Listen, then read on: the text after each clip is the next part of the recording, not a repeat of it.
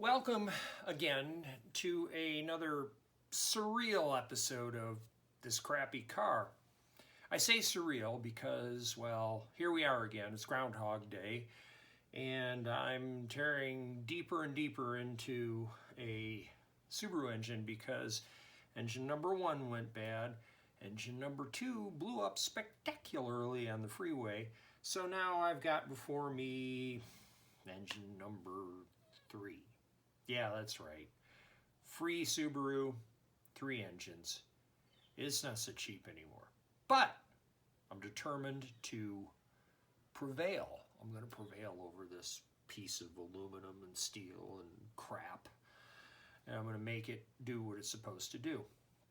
I want to spend some time in this episode going over some basic car things so I can show you guys some of the things that you may have heard about but not seen. So without further ado, I'm going to go ahead and do that.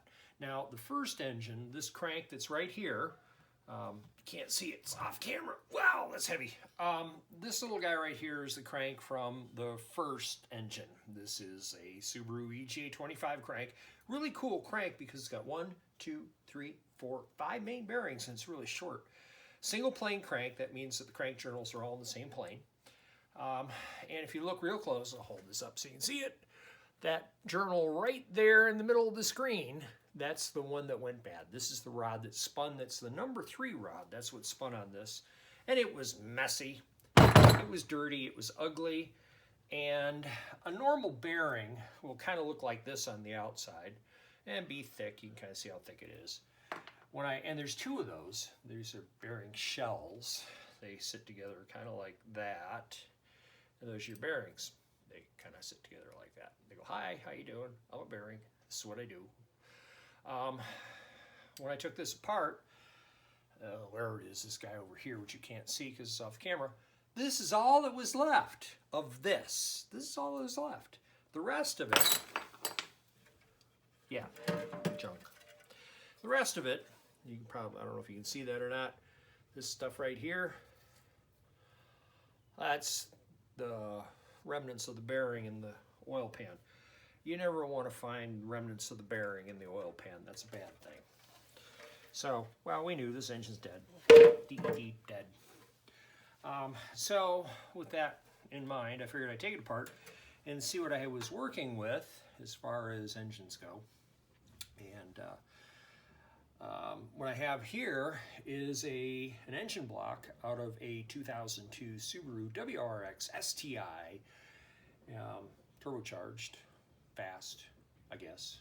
I don't know, never drove one.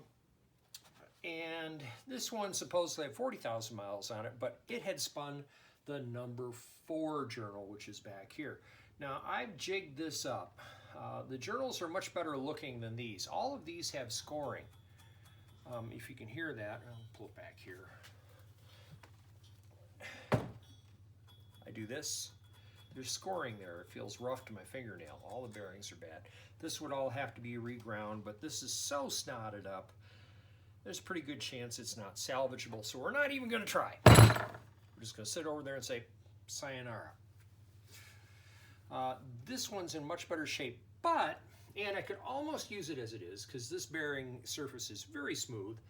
It is a little small, though. Probably needs to be reground. The real problem with this, and this is, I've got a dial indicator on this, dial indicator, and I've got it set to 0. I've gone ahead and jigged this up so I could check this. And without further ado, I'll go ahead and move it. I don't know if you can see this or not, but the needle's on 0. I'm going to set it over here, same spot on this crank, and see what we can come up with. Come on, you can do this. There we go. Right about there. Hold tight. And you see that this one, this crank journal, by the way, is about 3 thousandths undersize. So if I divide that by a half, it's 1 1/2. And I'm showing 8 degrees here, or 8 thousandths, minus my 1 1/2. 6 1/2, 7 thousandths. This crank is bent, and it's bent this way. And it's bent this way because this thing was firing and it built up heat stresses and it twisted the crank. So I've got a bent crank here, and I know I have a bent crank because even though it's just sitting here in half of the engine case, I've split the cases on this. Really fun process because you got to go in here to remove circlips, these little guys right here. Do that. These little guys, circlips. You have to take those out to get to the wrist pins, which go in these holes here in the pistons. And so I pull this all apart, and I cannot turn this thing to save my soul unless it's sitting in this plane right here. So this crank is sausaged. It's bent like this or like this, and it's also twisted. So this crank is bent. It's going to have to be straightened by a crank shop, and it'll go to the shop on Monday, and they'll present me with a bill of about $180 to straighten, Magnaflex this to make sure it's not cracked, straighten it, and then grind it to the next size under, and we go from there. And I'll get new bearings for it. Hopefully they won't do anything to the mains. I'm going to ask them not to, because they're in really nice shape. It's just the journals, the rod journals, that have to be worked on. So that's what we're going to do here. We're going to try and get this fixed up. The bearings that are in this case are really nice. Let me show you, again, a not so nice bearing. Bearings start out with a silvery finish on them like this. They used to be called tri-metal bearings. And you can see here, and here you can see one of the colors of the metal. This is like a middle metal, which is a copper alloy. And when they get really, really bad, you got no copper. You just got your metal backing, which is, I think, a tin. So, you know, this bearing was on its way out. This engine had 215,000 miles, so it was tired to start with, and then it really took a downward spiral after some nitwit decided he needed to get heavy-footed with it because it seemed to be running so good. So the problem when an engine spins a rod journal or a main bearing, this bearing actually spins inside the connecting rod, and it goes round and round, and it tears itself up, and it turns itself into those little tiny bits you saw in the oil pan earlier.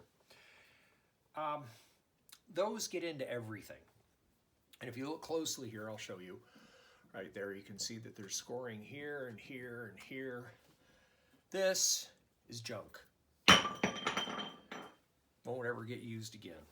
So when you have a failure like this in an engine, well, or this, it can do a lot of damage and turn expensive parts into, well, junk. So along those lines, it's always good to take good care of your engine, and when it starts to make funny noises, pull over to the side of the road. Don't do what I did. Yeah, that's right. Don't do what I did. I just kept going because I was going to get home and I was going to save the towing bill. I'm going to pay a lot more than that now, but that's okay. I didn't expect this engine. I wanted to see how this engine would do, and so I just didn't expect the junkyard engine to be junk too. So that's where we're at on this. I've got some more work to do. The rods are out being resized by the machinist, which is Richard Hamilton. Hi, Richard. Maybe one of these days you'll see this and go, wow, you know, this guy can talk about engines. That's about it, though. Lord knows I'm not good at keeping them alive. So that's pretty much it for this episode of This Crappy Car.